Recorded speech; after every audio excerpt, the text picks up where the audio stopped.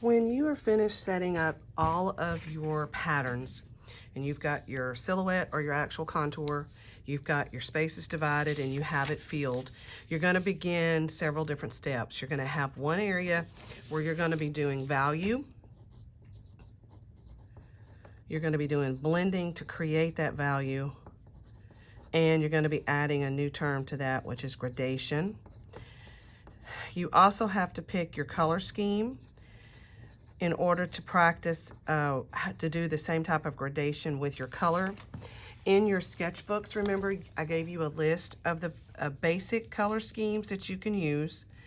And then remember, you did your practice on your schemes here. And the reason that I had you doing all that blending is to get you ready for what we're doing for this assignment. So gradation with value is using your pencil to create areas that have light, dark, medium values.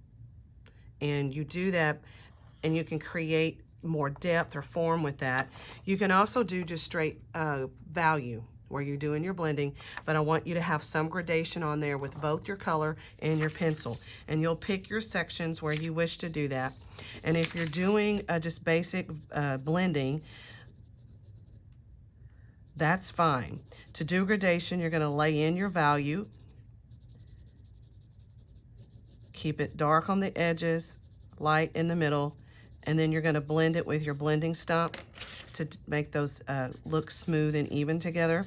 Remember that if it gets too dark, you can always take your kneaded eraser and pull that value off, which I left mine. So gradation is dark to medium to light for your value.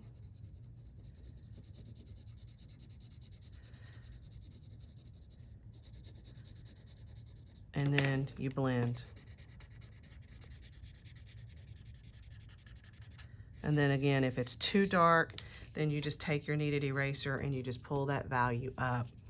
You also are going to do the same type of thing with your colored pencils. You'll decide on what type of scheme you want. So I want you to make sure that you have your name on your paper, because you're going to turn the sketch in for approval. I want you to have your color scheme listed on your paper.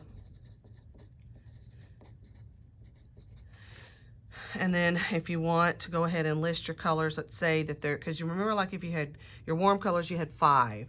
And so you may just want to list those, you may not. If you're going to do cool colors, then you can pull those in and figure out how you're going to use those. And you're going to need to balance that. So remember the examples that I showed you here is you had only your value, and you have to balance the values. That's the blended shading pencil with the white as well. So remember where you're headed is with this example, like this one right here. So you can see where your blended areas are, and you want to balance those colors with your darks and your lights.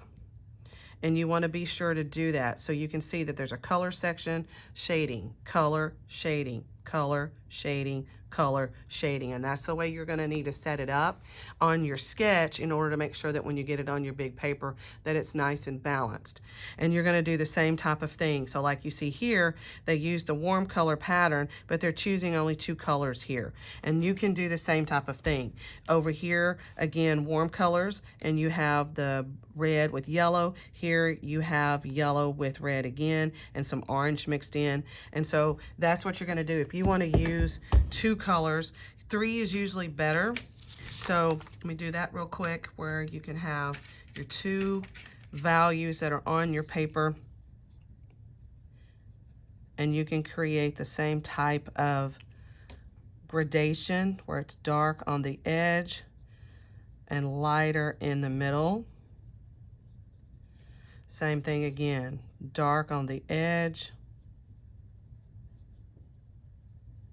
lighter in the middle. So I'm putting hardly any pressure there. And then the violet one, I was just going to keep regular value, regular pressure. If I have an area that's larger, I might want to do some gradation in it. And again,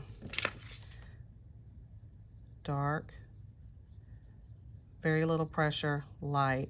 Remember what we talked about when we're using our pencils, that we want to hide all of that pencil. So you want to make sure that you're going over it. You saw me create that border.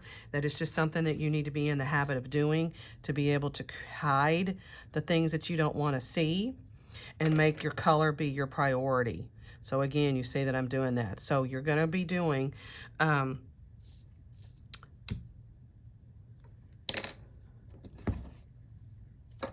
I would alternate blending with gradation versus color with gradation.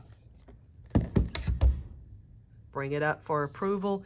You need to set in where you're doing things, but you do not have to carry it to completion. So for example, you can set up one section with full color. I don't want you to spend all your time putting all of your effort into a sketch and then have to repeat that again on a larger sheet of paper. You'll be burned out. So set it up, know what you're doing, fill in some sections completely, leave other sections so that you know what's going to go where. For example, I know that this is color, so then this would be my shaded area, and then I would know that I want color here, and then I could come in and I can use those same blue and violet again, or I can choose to do green, and then this would be shaded again here. Then I would need color here, shaded here, color here, shaded here, and then I'll need to go back and correct this one or figure out how I want to balance that, because that may be fine, but think about alternating.